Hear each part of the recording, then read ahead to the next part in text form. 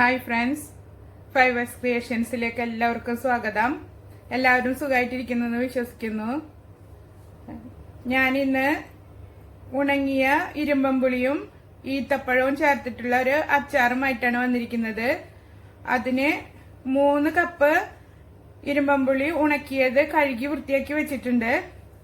നന്നായി കഴുകി എടുക്കണം കേട്ടോ, കാരണം ഇത് പുറത്ത് വെച്ച് നമ്മൾ ഉണക്കുമ്പോൾ മണ്ണും പൊടിയും ഒക്കെ ആയിട്ടുണ്ടെങ്കിൽ പോവാൻ വേണ്ടി നല്ലോണം കഴുകി വാര വെച്ചിട്ട് എടുക്കാം. ഈന്തപ്പഴം ഒരു 2 കപ്പ് കുരുവളഞ്ഞ് എടുത്തിട്ടുണ്ട്.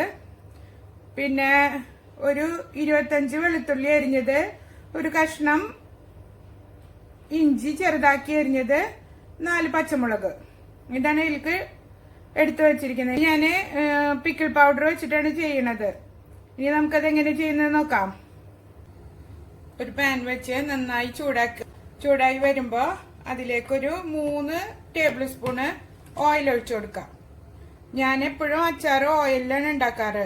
എനിക്ക് എണ്ണയുടെ മണം ഇഷ്ടമില്ലാത്തതുകൊണ്ട് ഓയിലാണ് ചെയ്യാറ്. നിങ്ങൾക്ക് എണ്ണയാണ് ഇഷ്ടമെങ്കിൽ അത് ചേർത്ത് കൊടുക്കാം.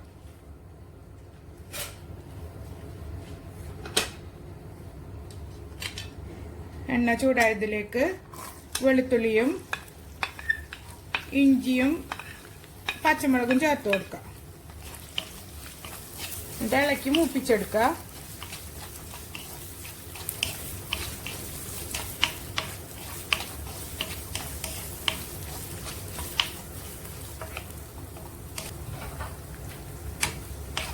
വെളുത്തുള്ളി കുറച്ച് കൂടുതൽ ചേർത്തിട്ടുണ്ട് ഞാൻ.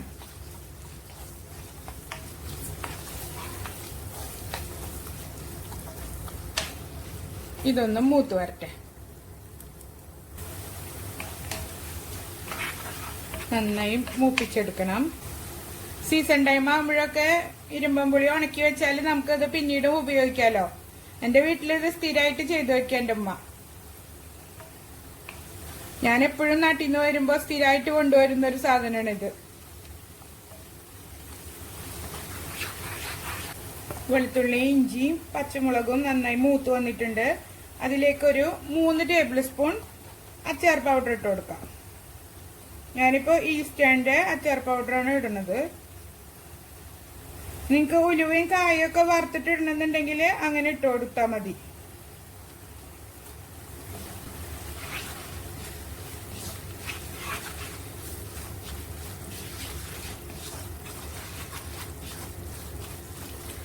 നന്നായി മൂപ്പിച്ചെടുക്കാം.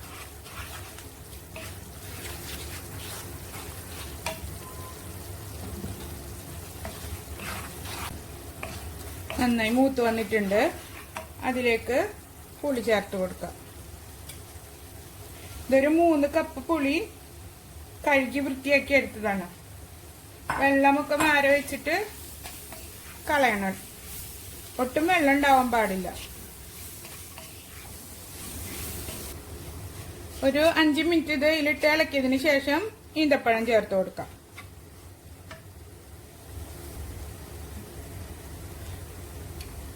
അഞ്ച് മിനിറ്റ് കഴിഞ്ഞിട്ടുണ്ട്. ഇനി ഇതിലേക്ക് ഈത്തപ്പഴം ചേർക്കാം.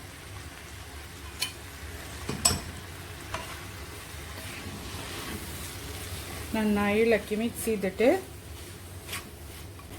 നന്നായി ചൂടായി വരുമ്പോൾ വിനാഗിരി ചേർത്ത് കൊടുക്കാം.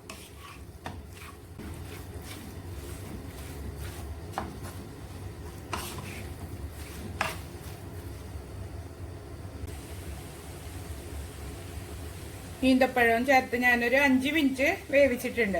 ഇനി അതിലേക്ക് 1 കപ്പ് വിനീഗർ ചേർത്ത് കൊടുക്കാം. പാകത്തിന് ഉപ്പ് ഇട്ട് കൊടുക്കാം.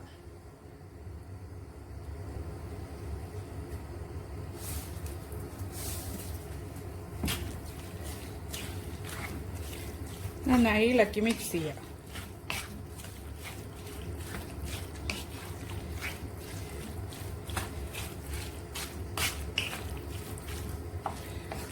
വിനീഗർ പുളി നോക്കിയിട്ട് ഇനി വേണമെങ്കിൽ ചേർത്ത് കൊടുക്കാം.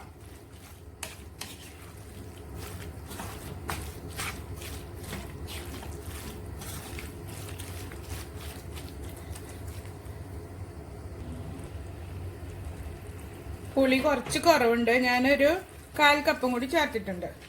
മൊത്തം 1.25 കപ്പ് വിനീഗർ. ഇനി ഇത് ഇളക്കി നന്നായി തിളപ്പിച്ചെടുക്കാം.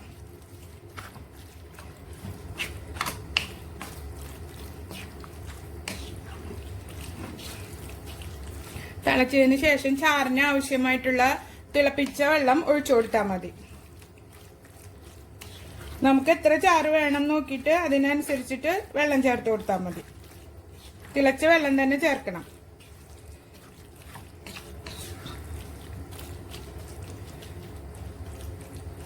നന്നായി തിളക്കട്ടെ. കുറച്ച് കറിവേപ്പില ചേർത്ത് കൊടുക്കാം. നിങ്ങൾ എന്റെ ചാനൽ ആദ്യമായിട്ടാണ് കാണുന്നതെങ്കിൽ ഷെയർ ചെയ്യാനും ലൈക്ക് ചെയ്യാനും സബ്സ്ക്രൈബ് ചെയ്യാനും മറക്കരുത്. തൊട്ടടുത്തുള്ള ബെൽ ബട്ടൺ ഓണാക്കി വെച്ചാൽ ഞാൻ ഇനി ഇടുന്ന വീഡിയോസിന്റെ എല്ലാം നോട്ടിഫിക്കേഷൻ നിങ്ങൾക്ക് ലഭിക്കും.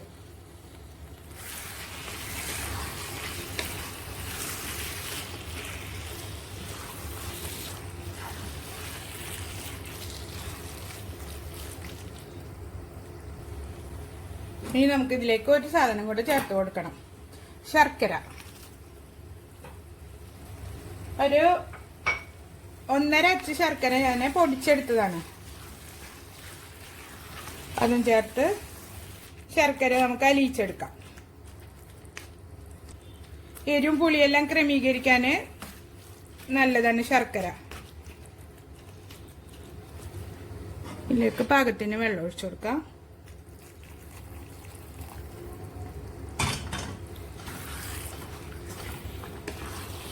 അച്ചാറിന്റെ കുറുക്കം എത്ര വേണ്ടത് അതിനനുസരിച്ച് ചേർത്ത് കൊടുക്കാം.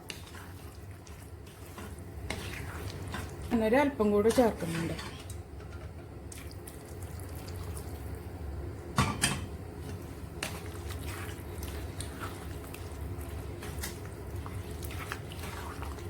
നന്നായി ഇളക്കി തിളപ്പിച്ചെടുക്കാം. ശർക്കര അലിഞ്ഞു വരികയും വേണം. അച്ചാർ നന്നായി തിളച്ച് ശർക്കരയൊക്കെ അലിഞ്ഞു വന്നിട്ടുണ്ട്. ഇനി ഉപ്പും എരിവൊക്കെ നോക്കിയിട്ട് കുറവുണ്ടെങ്കിൽ ചേർത്ത് കൊടുക്കണം. ഇപ്പൊ എല്ലാം പാകമായിട്ടുണ്ട്. ഇതില് നല്ല എരിവ് വേണമെന്നുണ്ടെങ്കിൽ 4 ടേബിൾ സ്പൂൺ വരെ അച്ചാർ പൗഡർ ചേർത്ത് കൊടുക്കാം. ഇനി ഇത് നന്നായി തീ നിർത്തിയിട്ട് നന്നായി ചൂടാറിയതിന് ശേഷം നല്ലോണം തണുത്തതിന് ശേഷം വേണം കുപ്പിയിലാക്കി വെക്കാന്. എന്നിട്ട് നനയാത്ത സ്പൂൺ വെച്ചിട്ട് എടുത്താല് ഒരുപാട് നാള് കേടുകൂടാതിരിക്കും. ഇതിപ്പോ ഓയിലിൽ ഉണ്ടാക്കിയെന്ന് വിചാരിച്ചിട്ട് പെട്ടെന്ന് കേടുവരുമൊന്നുമില്ല. ആവശ്യത്തിന് ചെറിയ ബോട്ടിലേക്ക് ആക്കിയിട്ട് ഉപയോഗിച്ചാൽ മതി. എല്ലാവരും ട്രൈ ചെയ്ത് നോക്കണം. ഇഷ്ടമായാൽ എന്റെ ചാനൽ സബ്സ്ക്രൈബ് ചെയ്യാനും ലൈക്ക് ചെയ്യാനും ഷെയർ ചെയ്യാനും മറക്കരുത്. Thank you for watching.